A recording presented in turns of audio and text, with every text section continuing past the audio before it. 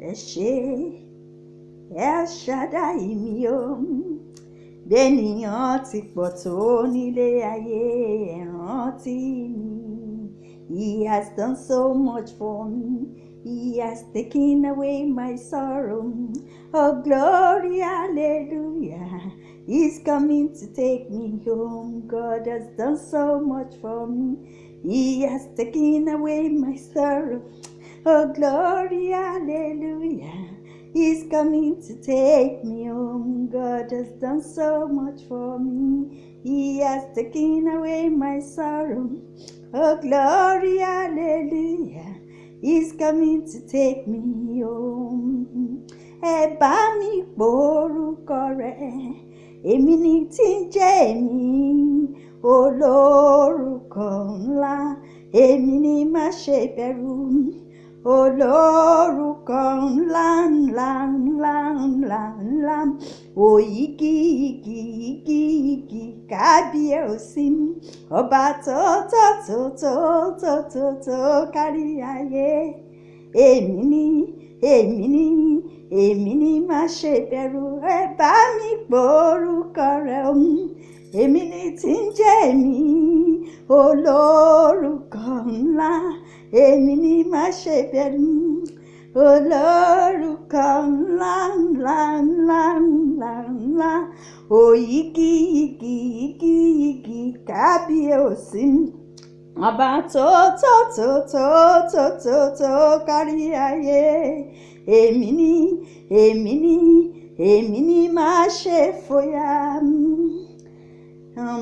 Mo fògo fọ́lọ́run bàbá, mo fìyìn fọ́lọ́run ọmọ, mo gbé Olúwa Ọlọ́run alààyè ga nítorí tí ó ṣeun, nítorí tí ó ṣeun, nítorí tí ó ṣeun, nítorí tí ó ṣeun, nítorí tí ó ṣeun, nítorí tí ó ṣeun, nítorí tí àánú rẹ̀ dúró títí láéláé, ọba tó tẹ́lẹ̀ bí ẹni ń tẹ́ní, àpáta ńlá tó ta sọ́mọ̀ bí ẹni ń taṣọ, gbòǹgbò ìdílé Jésè, kìnìún ẹ̀yà Júdà, atófaratì bí òkè, mo yìn ín lógo, mo rá bàbá mo rá bàbá, ìjì tẹ́nikẹ́ni ò lè fọwọ́ gbámú, òpó tá ò lè bìwó, èdìdì tẹ́nikẹ́ni ò mọ̀dí rẹ̀, àdìtú tá ò lè rí tú, àwa má rídìí ni ọba tó lọ kọrin kéṣe, ọba tó tó tó tó bí aró, ọba rẹ̀ bí oṣù, alápá kábíkáre, Jehovah Jireh, Jehovah Nisi, Jehovah Elohim, El Shaddai, El Shaddai, El Shaddai, Eiligen Fata, Libe God, omnipotent, omniscience, Adonai, òyìgì igi alágbàmì ńlá, òyìgì igi alákòóso ọ̀run,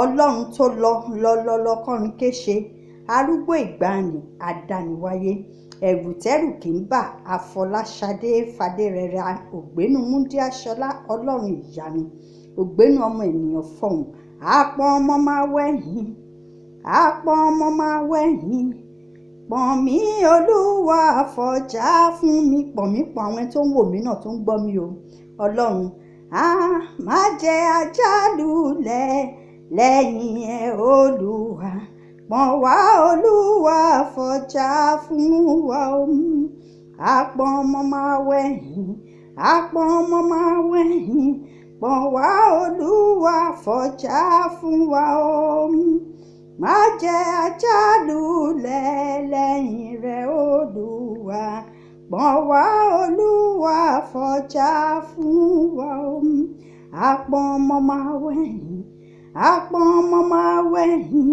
pọ̀n wá olúwa fọjá fún wa o, má jẹ́ àjálùlẹ̀ lẹ́yìn rẹ̀ olúwa, pọ̀n wá olúwa fọjá fún wa o.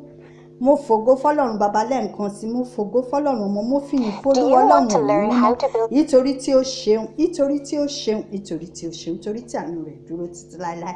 Oh, give thanks to the Lord for his good, for his mercy endureth forever and ever, in Jesus' name. Oh, praise the Lord, all ye nations. Praise him, all ye people, for his merciful kindness is great towards me, towards you. And the truth of the Lord endureth forever. Praise ye the Lord in Jesus' name. Ó yẹ ká máa kọ́kọ́ fọpẹ́ fún Ọlọ́run fún ká tó ṣohunkóhun, ká máa fìbà fọ́lọ́run nítorí òun lọ́ba tó tẹ́lẹ̀ bí ẹni ń tẹ́ní, àpáta ńlá tó ta sọ́mọ̀ bí ẹni ń taṣọ, ọlọ́run ìyanu, ó yẹ ká máa júbẹ̀. ọlọ́run tó dá sọ́mọ̀ méje ilẹ̀ méje ayé ló ṣẹ̀kẹ̀ ìdógún rẹ̀, ta ló dàbí ọlọ́run? kò sí. tá bá ń jẹ, tá bá ń mu, tá bá dúró, tá bá rìn, tá bá ń ṣe ohun gbogbo, ó yẹ ká máa dúpẹ́ fọlọ́run, nítorí òun nìkan ṣoṣo lọ́lọ́run. òun ló jẹ́ ká wà dòní, òun ló dẹ̀ ń bẹ títí ayérayé tó máa jẹ́ àwà títí láíláí. ọ̀pọ̀ òjò ló ti rọ̀ tílẹ̀ fi mu, a fi yọ̀ wọ́n, èmi ò fi yọ̀ wọ́n, mú mọ̀ ẹ̀yin náà ò dẹ̀ fi yọ̀ wọ́n, ẹ̀yin tẹ̀ ń wò mí, tẹ̀ ń gbọ́ mi, a fi ń gbórúkọ ọlọ́run ga ni, nítorí òun lọ́ba tó tóbi, arú ọba rẹ̀ bí oṣù. ó yẹ ká máa dúpẹ́ ní ìgbà gbogbo. mo dúpẹ́, mo fi yìn fọlọ́run.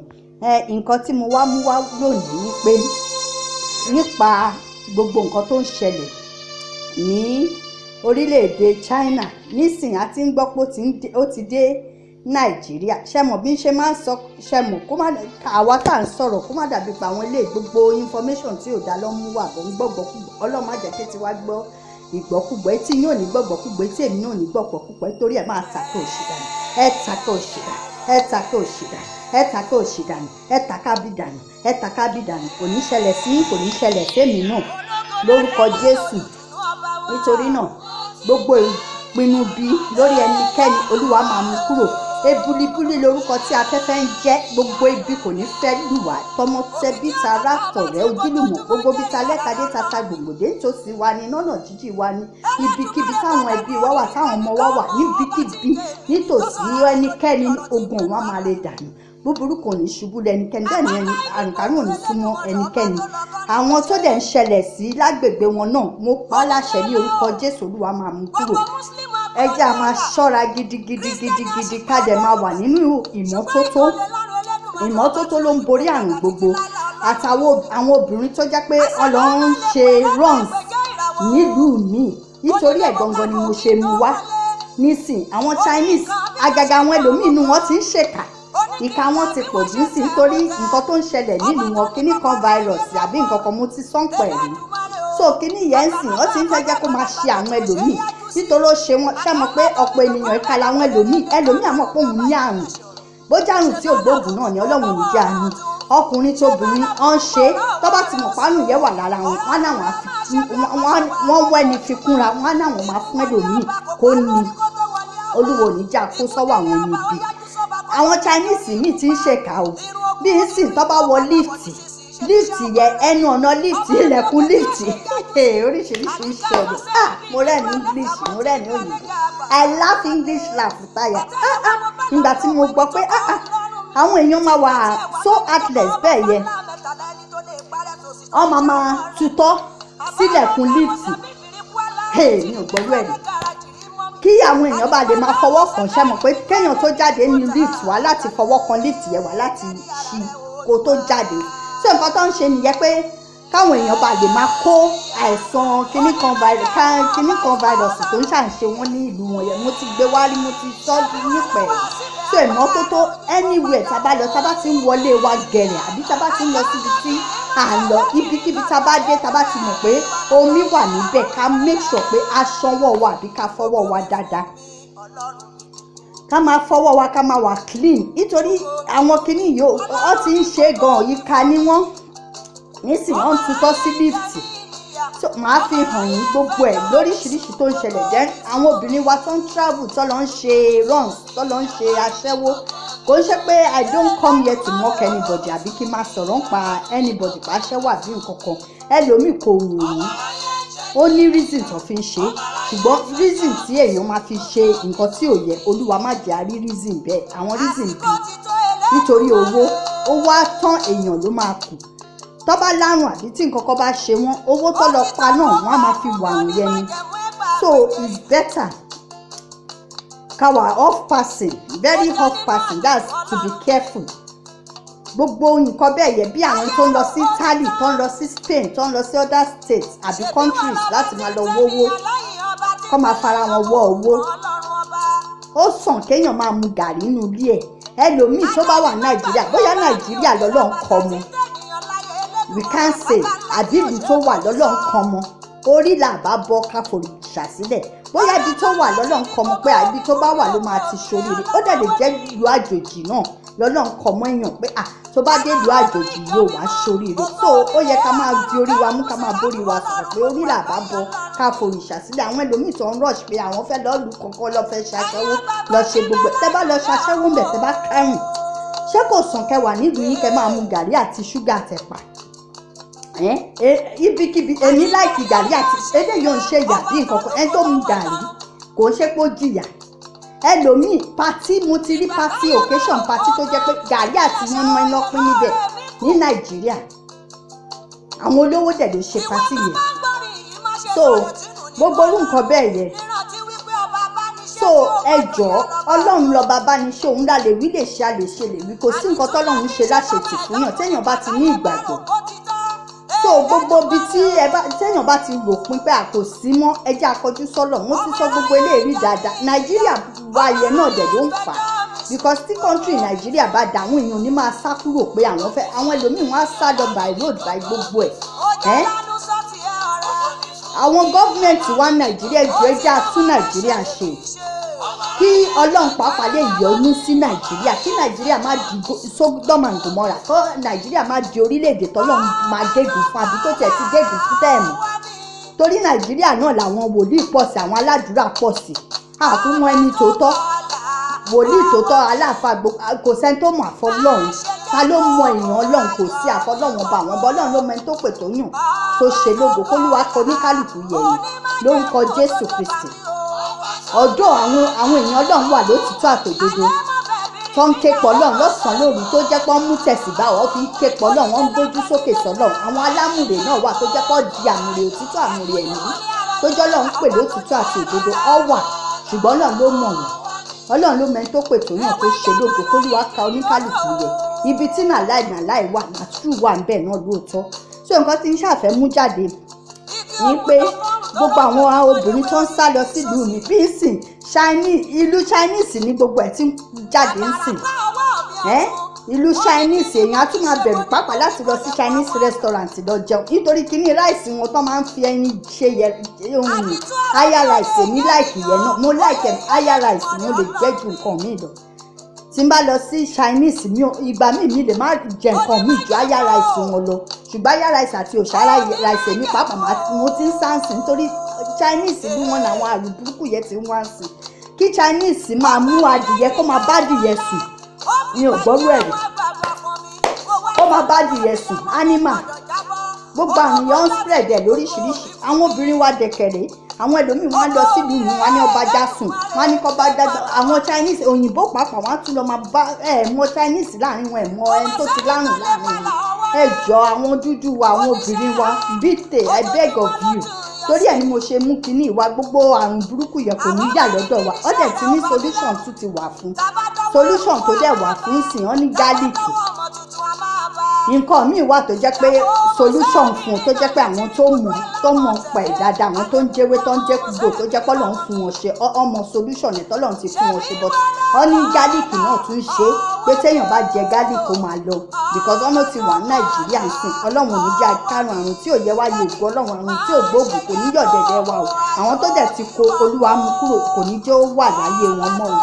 gbogbo ẹ̀ bẹ́ẹ̀ tí èyí tó ń bá dìyẹ sùn máa fi hàn yín, then èyí tó tutọ́ sí lift náà gbogbo ẹ̀ ni máa fi hàn sí, then èyí tó tún sọ pé solution ti wà fún gbogbo ẹ̀ ni máa fi hàn kó ní kálukú kọ́ rí gbogbo ẹ̀ pátápátá. àwọn obìnrin wa tó ń lọ sí other country ẹ jọ̀ọ́, màmá bàbá ni ẹbí ara ni ẹ pé àwọn ọmọ yín kẹ́ advice wọn. ọ̀dọ̀ àwọn ẹlòmíì máa travel lọ ní sọ nǹkan tó fẹ́ lọ ṣe, ṣùgbọ́n Olúwa máa fi ṣẹ́ẹ̀ṣì oníkálukú. àwọn tó jẹ́ pé wọ́n fowó wá kínní wọ́n fara wọn wó owó kò easy. ẹlòmíì kò ń ṣe pé òun situation ló fà á. torí ẹ̀ ní gbogbo situation tí oníkálukú bá wà ká máa dúpẹ́ fọ́lọ́run. àwọn tó jẹ́ opportunist tí yóò ṣẹlẹ̀ sí kọ́lọ̀ ká máa dúpẹ́ ká máa yíra fọ́lọ́run. but àwọn tó dẹ̀ ṣẹlẹ̀ sí náà tó jẹ́ pé kò ń ṣe ìfẹ́ wọn láti máa lọ ṣe, Ọlọ́run ọ̀gá ògo á fọ̀nà àbáyọ hàn ní ayé wọn, á mú gbogbo ibi yẹn kúrò ní ayé wọn, á jẹ́ kí ọ̀nà wọn là. iṣẹ́ rere ọ̀nà rere Olúwa fi fún wọn lágbára Ọlọ́run. ọba tó ń ṣílẹ̀kùn ayọ̀ tó ń ṣílẹ̀kùn re, Olúwa ní ẹ̀kọ̀kùn òun á ṣe, ó ní ká wá òun àárí, ó ní ká bèrè òun á fi fún wa. kí la tún fẹ́ lọ́dọ̀ Ọlọ́run ká máa béèrè ní tọkàntọkàn ẹni tó wà ní Nàìjíríà tó ń ta tàbí ṣe máa ń tẹnu mọ́ ó ń dolówó ó ń kọ́lé téèyàn bá ti nígbàgbọ́ tó dẹ̀ ti mọ nǹkan tó ń ṣe ṣáà máa gbàdúrà sọ́lọ́run ẹni tó ń ta pure water ń kọ́lé bó jẹ́ gàrí àti ṣúgà ló fi bẹ̀rẹ̀ kó máa di gàrí àti ṣúgà ẹlòmíà ní back to sender ọlọ́mọ jẹ́ orí burúkú ṣé kò sàn ju pé kẹlẹ́ kárùn lọ iye òun ṣe back to sender bó jẹ́ gàrí àtẹ̀pà ló ń dì ó níbi tó ti lọ́ ń tà kó fi omi sí fún wọn kó fi pure water sínú òun díẹ̀ Ọlọ́run á máa mú èrè wá ìwọ tó ta pure water sí kinní lè ní gàrí àti ṣúgà inú èrè tó ní wàá sí lọ fi gbé gàrí yìí wá máa dì bẹ́ẹ̀ díẹ̀ ni Ọlọ́run á wà pẹ̀lú ẹjọ́ ẹja stop gbogbo orí nǹkan wọn tó pé èèyàn ló ń fo ara ẹ̀ wọ́wọ́ ìyẹn ló ṣe pàtàkì jù because àwọn òyìnbó yìí àrùn burúkú ti wà lára wọn jù àwọn Chinese tí ò sẹ́ni tó mọ who is who láàrin wọn báyìí sìn kí Chinese máa bá dìyẹ kó máa ti dìyẹ má bẹ́ kó máa bá sùn gbogbo àwọn àti burúkú ẹ máa gbọ́ bẹ́ẹ̀ ni orí ni o orí làbá bọ́ ká forìṣà sílẹ̀ ẹ wò ó ní ìgbọ́rú ẹ̀rí so mi ń bọ̀ jàre sísítà màmá pílẹ̀ ẹ̀ lọ orí làbá gbọ́ lóòótọ́ ká forìṣà sílẹ̀ Ọlọ́run á wà pẹ̀lú wa o ṣe rí gbogbo nǹkan tó ń ṣẹlẹ̀ ní the whole world báyìí sìn àfi Ọlọ́run nìkan ni ká képe ká rí lè képe o ó ga ẹsẹ̀ ga jù ṣe rí ìka èèyàn náà tó jẹ́ pé ó mọ̀ pé òun ní àìsàn burúkú yìí ó dẹ̀ ń tutọ́ sí lift ní ìgbọ́ ẹ wò. Hello, good evening or good morning. I want you to share this video to anybody you know. This happened in China. This is a lady who went to the hospital and they diagnosed her of the coronavirus. Now she is going back home. She got into a lifter, a public lifter. She started spitting the virus on the lifter button. Please watch it carefully. You have to be careful the way you use public things. Yes, because the world is wicked. People are so wicked. Just watch what the lady is doing. Watch the video carefully.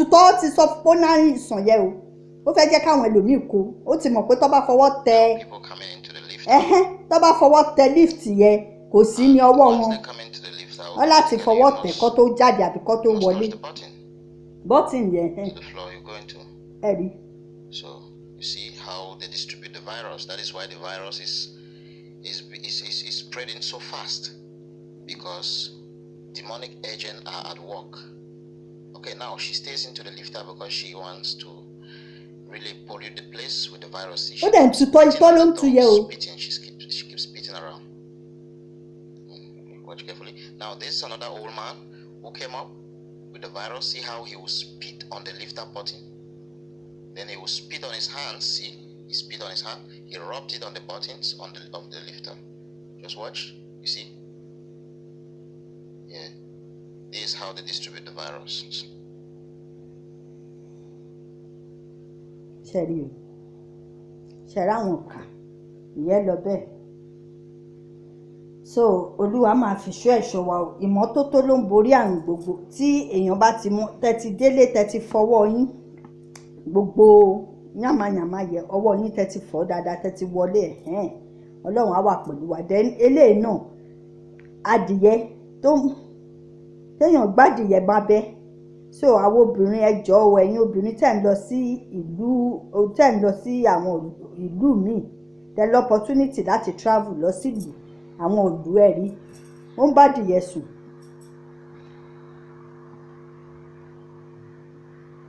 ó gbá dìyẹ sábẹ́ mi ìgbórú ẹ̀rí Ọlọ́run ò ní jẹ́ aká ẹ̀sán o lórúkọ Jésù ẹ wà very careful. Mo mọ̀ pé kò wọ́n àwọn èèyàn láti máa ṣe but situation ló fà ẹni tó bá dẹ̀ mọ̀ pé òun ò lè fara ẹ̀ lé àbí nǹkan ẹ lo kí lẹ ṣe ń pè kíní tó ń lò sí rọ́bà ẹ lo Olúwa wà pẹ̀lú wa o àwọn ọ̀ká ti pọ̀ ń ta o ọ̀ ní sẹ́ pé wà lára wọn because bí irú ẹni tó ń tutọ́ sí lift nsìn ó lọ sí hospital ó diagnose ẹ̀ pé ó ní kíní ó dẹ̀ fẹ́ jẹ́ kẹ́lòmíì ni ó dẹ̀ bẹ̀rẹ̀ sí tutọ́ sí ṣẹ́ẹ̀rí eléyìí tó gbádìyẹ sábẹ́ àrùn kan ló máa wà lára adìyẹ yẹ o ṣẹ́ẹ̀rí tó jẹ́ pé bóyá kò ló ń ṣe ni bóyá ó ya wèrè ni Ọlọ́run nìkan ló mọ tí ò ṣe ẹ̀rí tó bá jẹ́ Nàìjíríà nísìnyí wọ́n á ní wọ́n ti ń sàsì àrùn tó wà lára tiẹ̀ lọ́ ti kọ síbẹ̀ yẹn kíní kan ni wọ́n ti kọ sí ẹ̀rí àrùn yẹn rèé kíní ká ní kíní kan ẹ̀rí coronavirus yẹn náà ní ṣẹ́ẹ̀rí gbogbo nǹkan bẹ́ẹ̀ yẹn ibi tó ti ń kó tó ti ń jẹjẹkújẹ tó ti ń ṣe everything kódùwà wà pẹ̀lú wa o òótọ́ ọ̀rọ̀ korò òótọ́ ọ̀rọ̀ olóòótọ́ ló ṣìkàlù kọ́lọ̀ ń ṣàánú wa pẹ̀lú gbogbo yamayama dẹ̀nà ní solution ẹ̀ dẹ̀ ti tún wà so nǹkan táwọn èèyàn máa lò because wọ́n ní ó ti ń dé other countries náà ó ti ń spread. People of Full-Time Africa, my name is Prince Zewata, the coordinator of the Full-Time Africa. We have an urgent message that everyone must have to, you take it as an advice. The coronavirus that has befallen China has extended to over 19 countries. Olúwa máa fi ṣe ẹ̀ṣọ́ wa kò ní dọ́dọ̀ wa lórúkọ Jésù lágbára ẹ̀jẹ̀ Jésù kò ní dágbègbè wa ibi ta léwédé tata gbòǹgbòdé. And the only preventive measure for the coronavirus that has no cure is garlic. Garlic. So by tomorrow morning being Saturday, you may not be able to find garlic in any market. So my advice to all members of this group is to go out tomorrow morning and look for garlic. That is the only preventive measure. It has no cure. So the virus cannot walk, cannot live in the presence of garlic. So all you need to do now, in the morning, get to the market, get your garlic, store it in your house. How do you take it? You take it morning, afternoon, and night.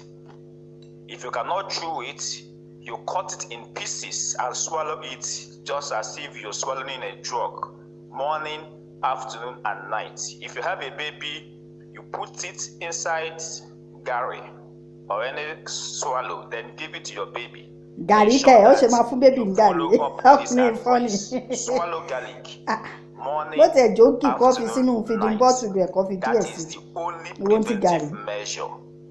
As a day before yesterday, it was 1,000 infected. As of today, it was 6,000. So in the next 10 days, we might be counting millions. So please, my good people of Africa, we must adhere to this advice. Get your garlic, store it in your house, and take it morning, afternoon, night. Thank you very much. Thank God. Thank you, brother. Ada fún gbogbo yín. So ọ̀rọ̀ mi nìyẹn o, ẹ ti gbọ́ fúnra yín, ẹ ti fetí ara yín gbọ́. Olúwa Ọlọ́run alààyè á máa fìṣọ́ ẹ̀ṣọ́ wa, búburú kò ní ṣubú ẹnikẹ́ni, bẹ́ẹ̀ ni àrùnkárùn ò ní súnmọ́ ẹnikẹ́ni o. Ọ̀rọ̀ mi ò jù báyìí lọ, ẹjọ́ àwọn obìnrin wa ni mo sọ fún ni mò ń bẹ̀bẹ̀ fún jù kò kọ́mọ̀ láàrin àwọn ọkùnrin pé kọ́ máa lọ́ọ̀lù kankan lọ máa fira wọn wọ́wọ́ láti máa lora wọn pé wọ́n bá yàn ọ́n láṣepọ̀ pẹ̀lú àwọn animals àbí nǹkan kan bẹ́ẹ̀ yàbí àwọn òyìnbó. Dúdú wa ló common jù fún àwọn obìnrin, àwọn ló common sí jù fún ló common láàrin àwọn obìnrin dúdú jù pé à ń lọ sílùú míì lọ máa fara wa wó owó gbogbo orú nǹkan bẹ́ẹ̀ lọ máa fara wa owó pé kọ́ máa bá àwọn òyìnbó ṣe nǹkan kọ́ máa bá òyìnbó lò kọ́ máa bá animal lò kọ́ lè máa fún wọn lówó. So advice mi kọ́ stop ṣe bẹ́ẹ̀ kọ́ stop fọ́ọ̀kì Ọlọ́run á dáàbò bo oníkálùkù ọ̀nà kí ń dímọ́jọ́ kó má là ọ̀nà oníkálùkù á là ibi tó oníkálùkù bá máa dé á dé orí là bá bọ́ ká fòrìṣà sílẹ̀ orí tó bá máa jáde á jáde. So kọ́ stop ṣe bẹ́ẹ̀ kọ́ yé máa lọ lù mí lọ máa kí ẹ̀jẹ̀ bá mi spread gbogbo kìíní kọ́ yé máa lọ máa fi ara wọn wówó because gbogbo àwọn tó ní idiot tó ń fi adìyẹ sábẹ́ tó ń gbá adìyẹ sí irú yàmàyàmà wo nìyẹn ṣé kò ní wọ́n ti ń ṣàtúnyẹ̀ èpè China ti mọ èpè country China ó ti mú kò ń ṣe lásán ó dàbí tó ní fàlù ó wà fàlù ó wà tẹ̀fà dìgbòrí because ní ìgbọ́rú ẹ̀ so Ọlọ́run tó kọlà ọwọ́ gbogbo wọn ó ti mọ bẹ́ẹ̀ ni. ayọ̀ mi wọ̀ gbó. Ọba tó kọlà àṣẹdọwọ́ rẹ bàbá mi. àṣẹdọwọ́ ọlọ́run iṣẹ́ ìlàró ta ló kọ́ kò sẹ́ni tó mọ̀ ọlọ́run ló mọ̀. so bíṣe mo ti bẹ̀bẹ̀ tó lè yẹ ní ìgbọ́n mi ní àbúrò ẹ̀yìn bùrọ̀dá sísá ẹ̀ṣẹ̀ ìjọ̀rọ̀ yìí o àwọn sísá wa ọlọ́run á wà pẹ̀lú wọn ọ máa lọ lù mí máa lọ ṣèrànì then gálíìkì ní ẹ ṣáà gbọ́ gbogbo ẹ̀ ni mo ti play jẹ gálíìkì ní nǹkan tó lè lò fún kíní fáírọ́ọ̀sì níyọ ọlọ́run ní yóò yálé ẹnikẹ́ni lórúkọ jésù kò ní mú wa tẹbí tara tọmọtọmọ ti ìdílé tìdílé àtẹntàmù ọ̀tá ni ọ̀rẹ́ ni kò ní yá lọ lágbègbè wa olúwa ní mo kẹ́kọ̀ọ́ ẹlẹ́sẹ̀ tí kò ṣe kókó ronú kùwà gbogbo ayé wa parẹ́ nítorí gbogbo yàmọ̀ ìmọ̀ ìgbà ìsìn ṣe ẹjọ god bless you all gálíìkì ní oní solution ọ̀dẹ́ ní ọ̀ ní ìmọ̀ lè wà o káwọn ẹlòmíì lè ti discover but gálíìkì náà bí ṣe play ẹ̀ṣẹ̀ mọ̀ nǹkan tó fi ránṣẹ́ sí mi mo play so gálíìkì náà help láti máa lò then àwọn tó ń lọ síbi lọ ṣe ṣekúṣe ẹwà ọ́pàṣẹ ẹni tó bá tẹ̀ fẹ́ ṣe nǹkan bó jẹ́ rọ́bà mẹ́ta pàápàá ẹ lò pọ̀ so nǹkan tó wà ń bẹ̀ nìyẹn mo bẹ̀yìn God bless everybody God be with you all in Jesus name ibi oníyàlé wa o the Lord will protect and guide everybody in the name of the Father and the Son and of the Holy Spirit in the mighty name of Jesus so ẹ̀yin ará mi wàá tún máa padà wá lọ́jọ́ mi láti lè mú ròyìn mi bó jẹ́ ròyìn mi bó jẹ́ torí mi bó jẹ́ torí mi bó jẹ́ info mi anything I'll come again by God's grace to bring whatever I can in Jesus' name. So take care. God bless you. Love you all. Vida saying goodbye. Kashifon. Okay. Good night. Ogo dàgbà bọ̀ǹgọ̀. Àti máa ń jọ mí o. Àníyára nípa àìsàn. Àníyára nípa ìbànújẹ́. Lórúkọ Jésù Kristi. Dẹ́gbòde èmi ń lọ. Ó dìgbà ó ṣe ká má fi ikú yára wa ká má fàánú yára wa èmi ń lọ. Ó dìgbà ó ṣe ká má fi ikú yára wa ká má fàánú èmi ó dìgbà ó ṣe ká má fi ikú yára wa ká má fàánú yára wa. Bye bye, see you next time. Ẹni tó bá dẹ̀ fi items turban anything o ẹ lọ sí page mi bàtà báàgì obìnrin àwọn tó máa bá yín họ̀dẹ̀ àdọ́dọ̀ yín by God's grace Ọ̀ṣífẹ̀sọ Lábísí Facebook ẹ lọ síbẹ̀ ẹ rí goodbye love you all be the same choose.